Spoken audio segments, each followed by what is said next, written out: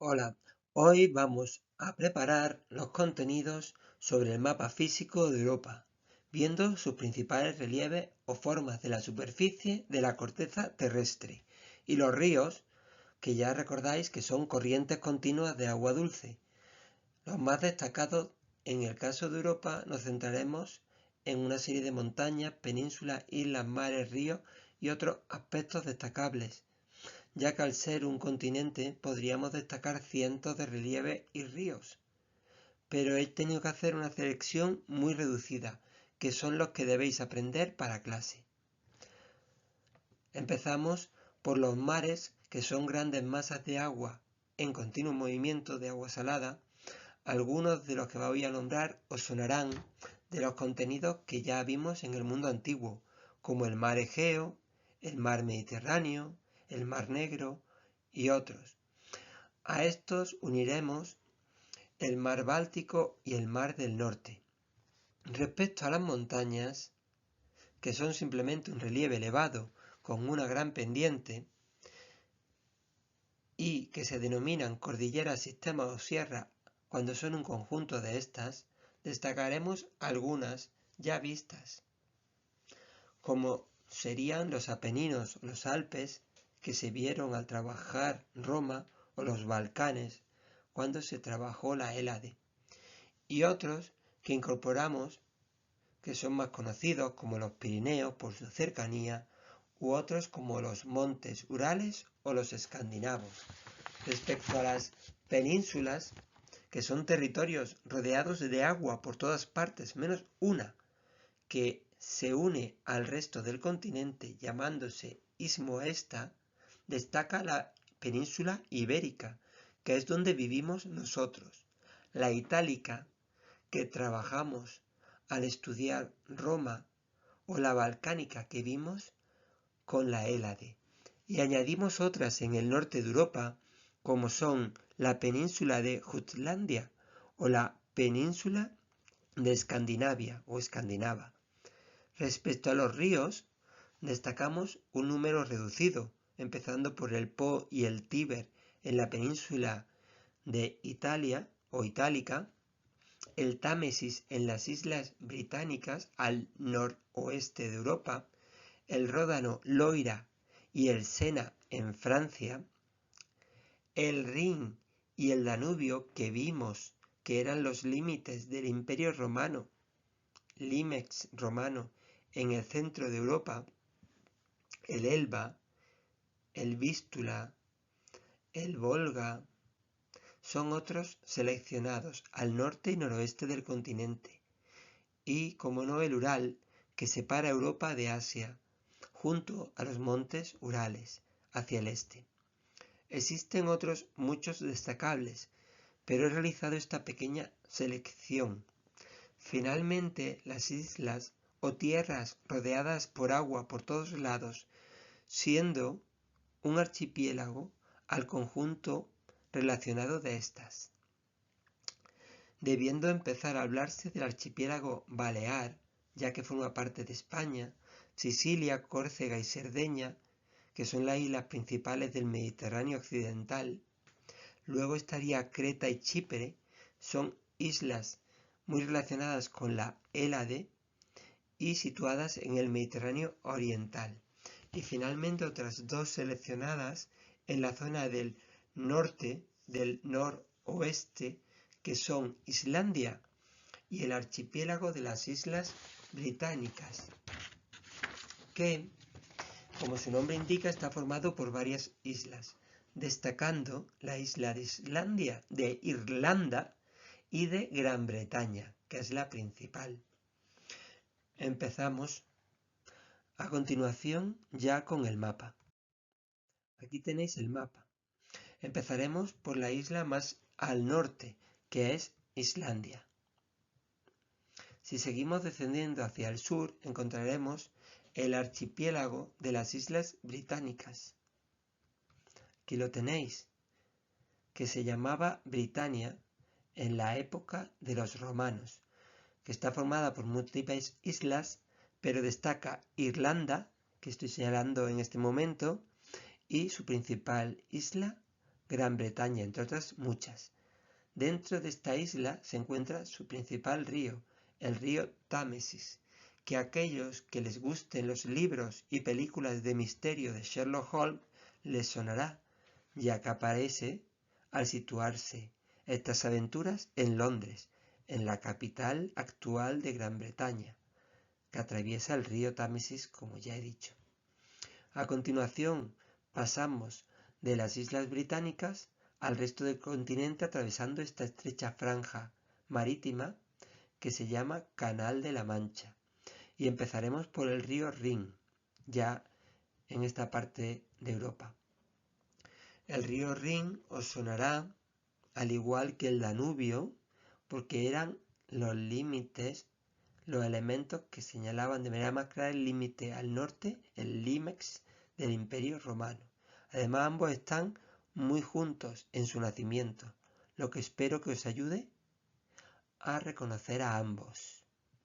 Si seguimos yendo ahora, en este caso hacia el oeste, hacia la actual Francia, que en la época romana, ya que he mencionado anteriormente varios nombres, sería la Galia, de Asterix y Obelix, para quien le gusten los cómics, empezaremos por el río que atraviesa su capital, que es el río Sena, que atraviesa París.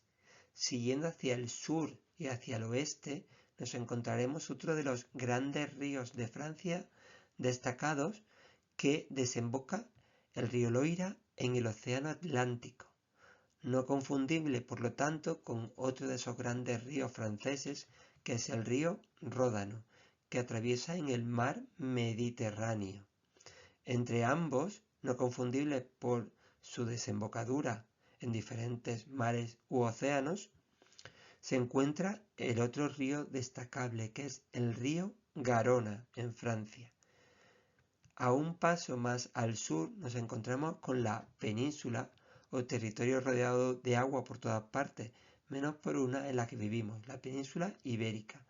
Esta se halla separada del resto de Europa por el sistema montañoso de los Pirineos, que aquí podéis ver, que separa la península ibérica del resto del continente.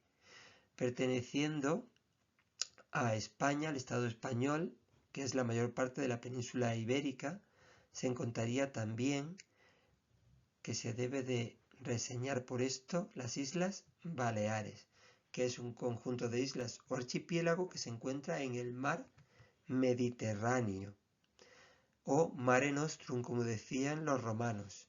En este Mediterráneo occidental destacan tres islas que, relacionándolas con la antigua Roma, tendríamos que nombrar que tras la guerra púnica, durante esta y tras esta, se produjo la primera expansión de los romanos fuera de esta península itálica que estoy señalando, empezando por la isla de Sicilia y continuó por Cerdeña, las dos islas que pertenecen hoy en día a lo que sería el estado de Italia, y Córcega, que hoy en día pertenece a Francia. Continuamos ya llegando a este territorio marítimo, a esta zona marítima bañada, que baña estas islas y gran parte de la península itálica. Este conjunto marítimo, esta masa marítima se llama Mar Tirreno. Y llegamos finalmente por fin ya a la península itálica. Si llegamos a la península itálica, me veo obligado a hablar de su actual capital, Roma, que ya vimos al estudiar el Imperio Romano, y ver que su nacimiento se sitúa junto al río Tíber, justo en medio de la península itálica, que está atravesada de norte a sur por un sistema montañoso llamado los Apeninos. Al norte de esta península está cerrada, separada del resto del continente por un gran sistema montañoso llamado los Alpes, y por este río que es el más destacado de Italia, denominado el río Po. Continuando hacia el este, la separación entre la Hélade que vimos al estudiar la antigua Grecia y el territorio en el cual surgirá Roma, la península itálica, se encuentra esta gran masa marítima llamada mar Adriático. Continuamos ya llegando al territorio de la Hélade. La Hélade estaba bañada por el mar Egeo, que todo debes de recordar, y al sur se encontraba la gran isla de Creta. Ya que estamos en las islas del Mediterráneo Oriental, la otra gran isla sería Chipre, justo al norte de la actual Turquía. Y finalmente llegamos ya al mar Egeo. El mar Egeo, que bañaba los territorios de el Asia, la costa asiática de Asia Menor, y el territorio principal de la Hélade, que era la península balcánica de los Balcanes, que se halla separada del resto del continente por un gran sistema montañoso que son los Balcanes.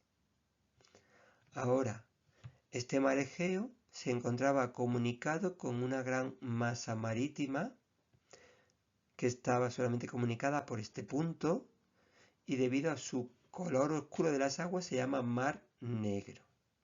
Al Mar Negro desemboca ese río Danubio que antes habíamos comentado, y al norte se halla este sistema montañoso en forma de C invertida, que espero que os ayude por su nombre, los Cárpatos, esa C, y a quien le cueste, pero le gusten las películas de Drácula, que recuerde que estos Cárpatos se sitúan en el origen de Drácula.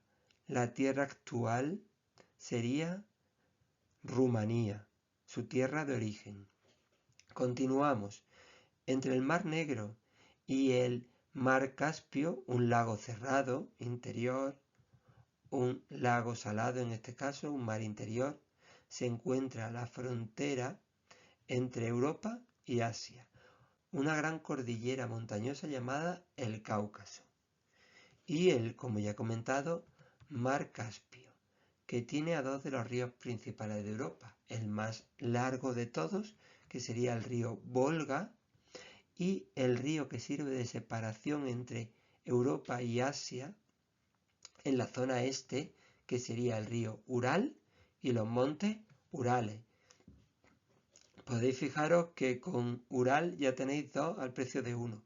Espero que os ayude para recordarlo. Y una vez que terminamos la zona del este, podemos ver que en el norte hay una gran cantidad de ríos, entre los cuales he seleccionado el Vístula, que desemboca en el mar Báltico. Tendrá gran importancia en las guerras del siglo XX, así que os viene bien recordarlo para vuestros estudios futuros. El otro gran río seleccionado de la zona del norte, entre los tantos que hay, sería el río Elba, principal en la zona de la actual Alemania. Y no puedo saltar de señalar el mar Báltico, que como hemos dicho es donde desemboca el río Vístula y la mayoría de estos ríos del norte de Europa.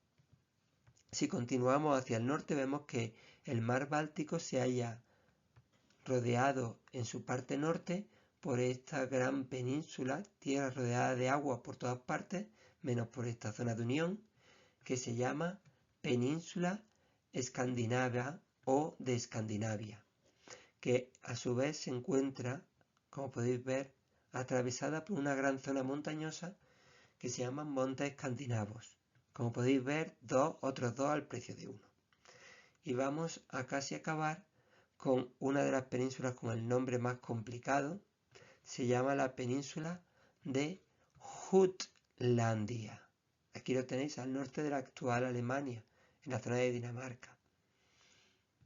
Como podéis ver, nos quedaría solamente una zona por destacar dentro de nuestro listado, que no está marcado concretamente. Sería una gran zona marítima situada entre las Islas Británicas y la península escandinava y la península de Jutlandia. Aquí tenéis. Sería el mar del norte. Espero que os haya ayudado este repaso para las actividades y los trabajos relacionados con la localización de los principales elementos del mapa físico de Europa. Al ser un continente hay cientos y cientos de lagos, ríos y relieves en general a destacar. Espero que a estos que os he señalado, esta selección la dominéis perfectamente para el examen y las diferentes actividades. Bueno, nos vemos en clase. Ánimo en vuestro trabajo.